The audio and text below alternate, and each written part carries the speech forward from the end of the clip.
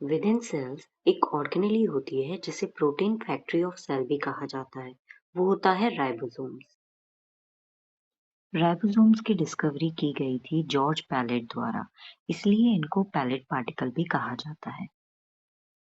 Organisms दो type के होते हैं, प्रोकैरियोट्स और यूकैरियोट्स। जनरली प्रोकैरियोट्स में कोई भी ऑर्गेनेल नहीं होती है, केवल यूकैरियोट्स में होती है। लेकिन राइबोसोम ऐसा इकलौता ऑर्गेनेल है जो प्रोकैरियोट्स में भी पाया जाता है। अदर देन दिस, यूकैरियोट्स के अंदर हम देखेंगे कि ये साइटोप्लाज्म में भी मिलेगा राइबोसोम, और साथ ही साथ एंडोप्लाज्मिक रेटिकुलम से भी अटैच्ड होता है। अगर एंडोप्लाज्मिक रेटिकुलम पर ये अटैच नहीं पाए जाते हैं तो वो स्मूथ दिखता है, तो उसको स्मूथ एंडोप्लाज्मिक रेटिकुलम कहते हैं। जब राइबोसोम एंडोप्लाज्मिक रेटिकुलम से एसोसिएटेड होते हैं तो उनका अपीयरेंस जो है वो रफ आने लगता है, जिसकी वजह से उन्हें रफ एंडोप्लाज्मिक रेटिकुलम कहा जाता है। यूकैरियोट्स में साइटोप्लाज्म, एंडोप्लाज्मिक रेटिकुलम के अलावा राइबोसोम्स माइटोकॉन्ड्रिया और क्लोरोप्लास्ट के अंदर भी होते हैं। तो क्या जो राइबोसोम्स प्रोकैरियोट्स में पाए जा रहे हैं, यूकैरियोट्स में पाए जा रहे हैं, क्या वो सेम है? आंसर है नहीं। जो प्रोकैरियोट्स के राइबोसोम है उनका डिफरेंट टाइप है, और जो यूकैरियोट्स के हैं उनका डिफरेंट टाइप है। जनरली जो स्ट्रक्चर होता है राइबोसोम का, उसमें दो सब यूनिट पाई जाती हैं। एक होती है लार्जर सब यूनिट और एक होती है स्मॉलर सब यूनिट।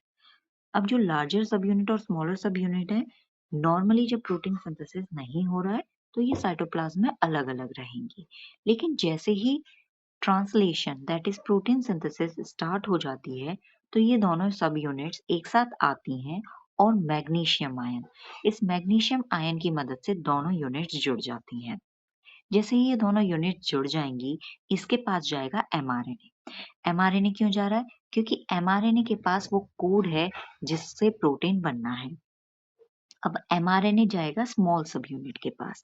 अब स्मॉल सब यूनिट एमआरएनए से वो कोड पढ़ेगी, तो उसके लिए अमीनो एसिड लाने होंगे।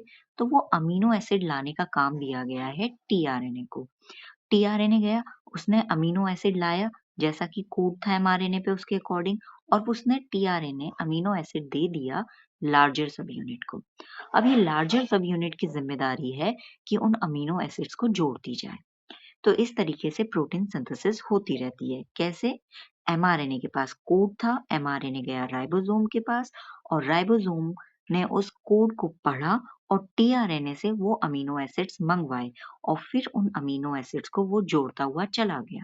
इसी तरह से सारे जो अमीनो एसिड जुड़ते जाएंगे तो हम जानते हैं पॉलीमर ऑफ अमीनो एसिड जो है वो प्रोटीन होता है।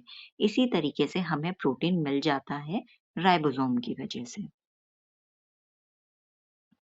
जब प्रोटीन सिंथेसिस हो रहा होता है तो एमआरएनए राइबोसोम के पास जाता है। तो जो राइबोसोम है वो केवल एक नहीं होता कि वो एक राइबोसोम एमआरएनए से जुड़ेगा।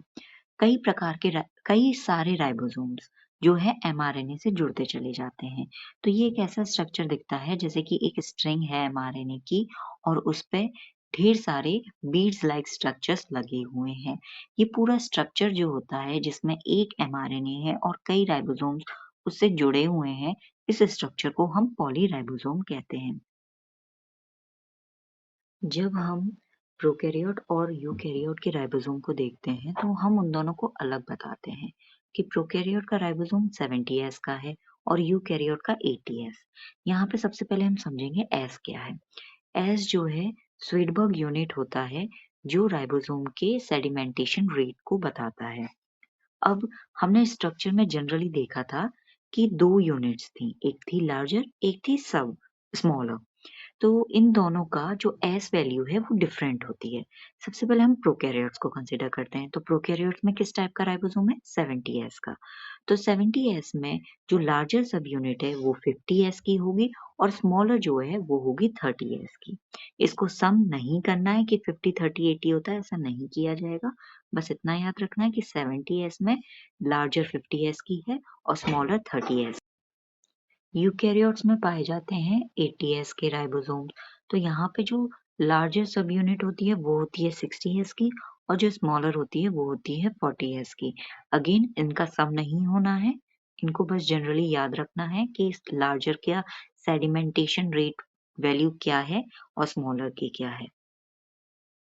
हमने राइबोसोम्स का स्ट्रक्चर देखा था कि वो लार्जर और स्मॉलर सब यूनिट का बना था, लेकिन ये खुद किस बायोमोलिक्यूल्स का बना होता है, क्योंकि वो लार्जर और स्मॉलर तो उसका फिजिकल स्ट्रक्चर था। अब ये खुद बना होता है प्रोटीन और आरआरएनए। हमारे पास 3 तरह के आरएनए होते हैं, एमआरएनए, टीआरएनए और आरआरएनए।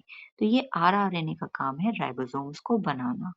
इनका कंपोजिशन राइबोसोम में बहुत ज्यादा होता है, अराउंड 60%। वहीं प्रोटीन जो है अराउंड 40% कंट्रीब्यूट करता है।